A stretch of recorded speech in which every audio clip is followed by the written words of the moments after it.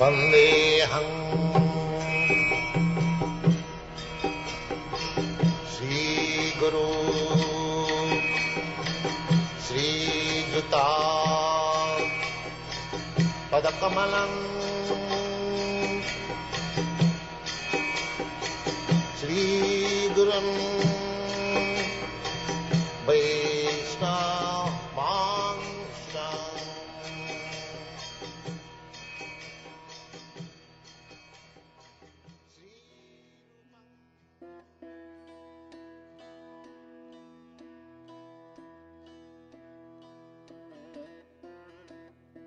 Troisième chapitre. Les avatars.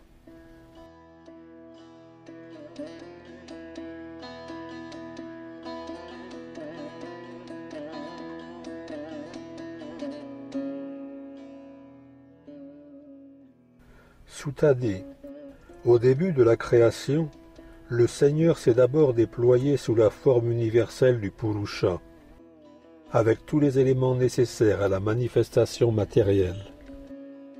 Ainsi furent conçus dès l'origine les 16 éléments à la base de l'activité matérielle en vue de la création de l'univers.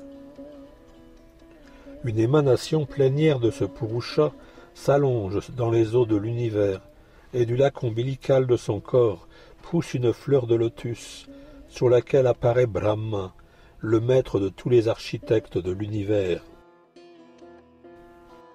On conçoit que tous les systèmes planétaires de l'univers reposent sur le vaste corps du Purusha. Lui-même, cependant, n'entre jamais en contact avec les éléments matériels créés. Éternellement, son corps existe au niveau spirituel, par excellence. Les dévots du Seigneur, de leurs yeux parfaits, voient la forme sublime du Purusha, avec ses milliers de jambes, de cuisses, de bras et de visages, ses milliers d'oreilles, d'yeux et de nez, tous merveilleux, et ses milliers de têtes ornées d'autant de couronnes et d'ornements d'oreilles, et entourées de guirlandes. Cette seconde manifestation du Purusha est la semence, la source impérissable d'un nombre infini d'avatars dans l'univers, et des différentes émanations plénières ou partielles de cette forme procèdent divers êtres, dévas, humains et autres. Le Seigneur apparut d'abord au début de la création sous la forme des 4 Kumaras, fils de Brahma. Soumis à un vœu de strict célibat, ils entreprirent de sévères austérités pour réaliser la vérité absolue. La seconde manifestation du bénéficiaire ultime de tous les sacrifices fut l'avatar sanglier, qui, pour la sauver, extirpa la terre des plus basses régions de l'univers. Le troisième avatar parut dans l'ère des rishis, et doté de pouvoir, fut Devarshi Narada, grand sage parmi les Devas. Il rassembla en ce temps les énoncés des Védas qui touchent au service de dévotion, et invite l'homme à se livrer aux seuls actes n'entraînant aucune suite matérielle. En quatrième lieu, le Seigneur apparut sous la forme de Nara et Narayana, les fils jumeaux du roi Dharma et de son épouse. Sous cette forme, il entreprit une ascèse sévère et exemplaire, visant à la maîtrise des sens. Le cinquième avatar fut Kapila, le plus haut de tous les êtres accomplis. Son œuvre fut d'exposer à Asuri Brahmana la connaissance alors oubliée de la métaphysique et des éléments de la création. La sixième manifestation du Purusha fut le fils du sage Atri. Né en réponse à sa prière du sein d'Anasuya, il développa la science spirituelle devant des personnages tels que Alarka, Prahlad et d'autres encore, Yadu, Ehaya, etc. Le septième avatar fut Yagya, fils du Prajapati Ruchi, et d'Akuti, son épouse. Il régna assisté de Deva comme Yama, son fils, et d'autres, au cours de l'ère du Swayambhuva Manu. Le 8e avatar fut Rishabha Maharaj, fils du roi Nabi et de son épouse Meru Devi. Il traça alors le sentier de la perfection que suivent tous ceux qui maîtrisent parfaitement leurs sens et qu'honorent toutes les couches de la société. Le 9e avatar aux Brahmanas apparut à la prière des sages, fut le roi Prithu. Il cultiva le sol afin de le faire produire diverses denrées, rendant ainsi la terre belle et attrayante. Quand survint l'inondation totale après l'ère du Chakshusha Manu, et que le monde entier fut profondément submergé par les eaux, le Seigneur assuma la forme d'un poisson et protégea le Vaivashvata Manu en le plaçant sur un vaisseau. La 11e manifestation du Seigneur fut l'avatar tortue. Sa carapace servit alors de pivot à la colline Mandarachala, que Devas et Asuras utilisèrent comme bharat. Le 12e avatar fut Dhanvantari. Le 13e fascina et leurra les Asuras en prenant l'apparence d'une femme à la beauté exquise, qui fit boire aux Devas le nectar. Le 14e avatar fut Nishringa, qui déchira de ses griffes le puissant corps de l'Asura, Hiranyakashipu, aussi facilement qu'un charpentier fend un roseau. Le 15e avatar fut Vamana, le nain Brahmana, qui se rendit à l'ère de sacrifice aménagée par Bali Maharaj.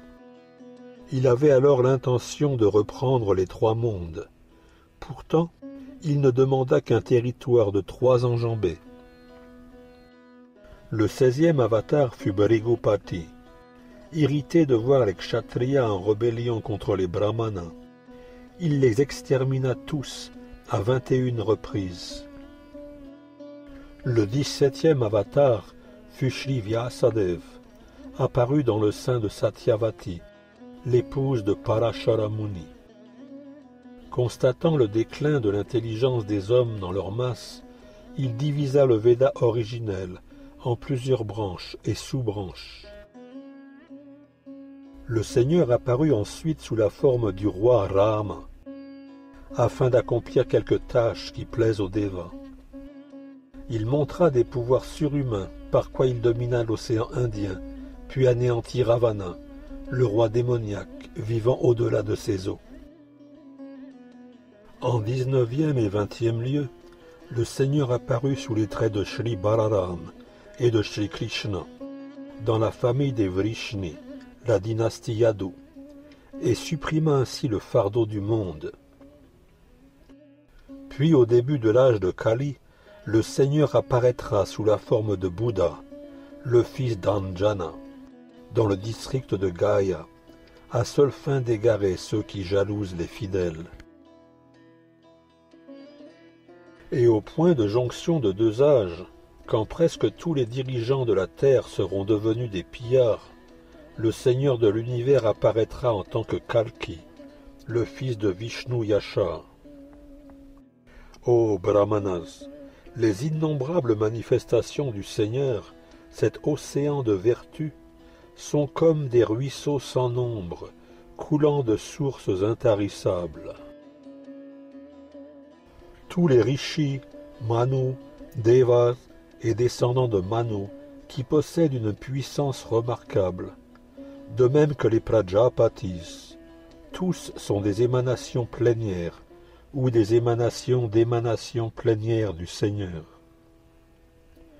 Tous ces avatars sont ou bien des émanations plénières du Seigneur, ou bien des émanations de ces émanations plénières. Mais Shri Krishna est lui-même Dieu, le Seigneur suprême, dans sa forme primordiale.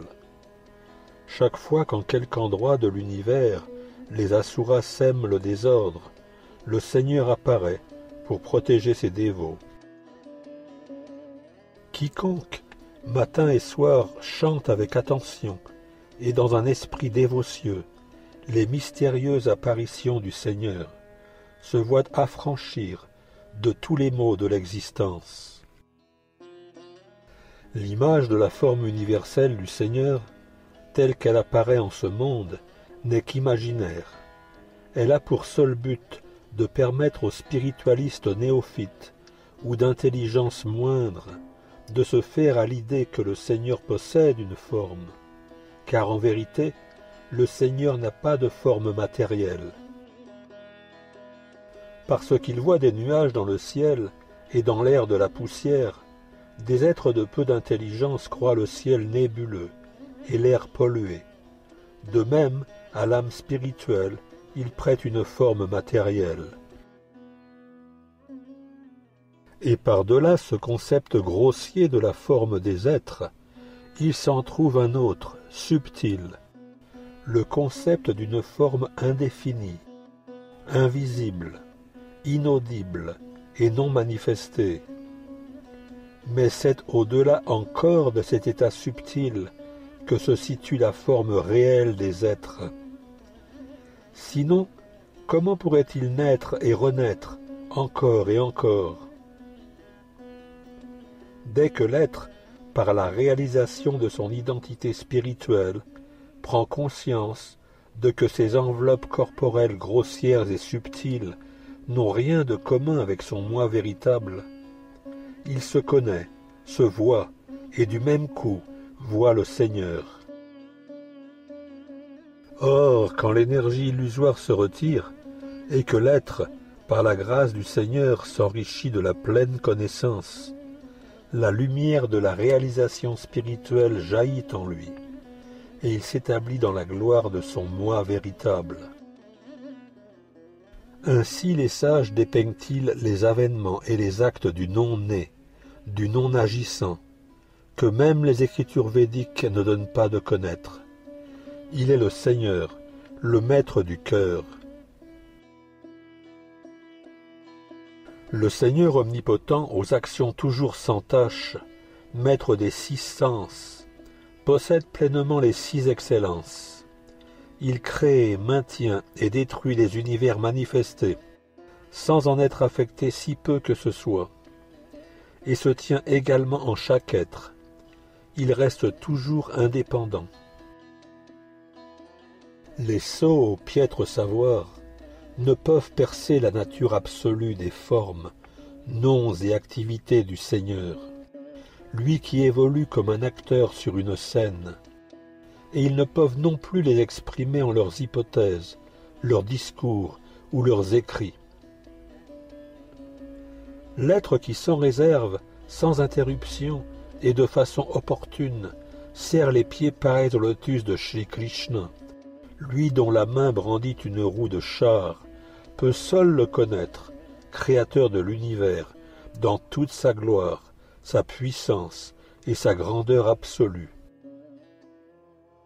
Ce n'est en ce monde qu'en s'enquérant de la sorte que s'obtiennent réussite et parfaite connaissance, car de telles questions suscitent l'amour extatique et sublime du Seigneur suprême, souverain de tous les univers, et préserve sans défaut contre la répétition infernale des morts et des renaissances. Ce Srimad Bhagavatam, compilé par l'avatar Vyasadeva, est la manifestation littéraire de Dieu, source intarissable d'heureuse fortune, de félicité et de perfection. Il vise au bien ultime de tous les êtres. Shri Vyasadeva l'a transmis à son fils, le plus respecté parmi les êtres réalisés, après avoir extrait pour l'y inclure la crème de toutes les écritures védiques et de tous les récits historiques de l'univers. À son tour, Shukadev Goswami, le fils de Vyasadeva, transmit le Srimad Bhagavatam au grand empereur Parikshit, qui, assis sur la rive du Gange, attendait entouré de grands sages et sans rien manger ni boire que vienne la mort. Ce Bhagavat Purana, comme un soleil radieux, s'est levé dès après le départ de Shri Krishna, suivi de la religion et du savoir pour son royaume absolu. Il offre la lumière à tous ceux dont les ténèbres de l'âge de Kali ont obscurci la vision. Lorsqu'en ces lieux où se trouvait Maharaj Parikshit, Shukadev Goswami rapporta le Srimad Bhagavatam au docte Brahmanas, j'ai pu par sa grâce écouter avec toute mon attention les paroles du grand et puissant sage. Je vais maintenant m'efforcer de vous faire entendre son message, tel que je l'ai moi-même reçu et réalisé. Ainsi s'achève le 3e chapitre du premier chant du Srimad Bhagavatam, intitulé « Les avatars ».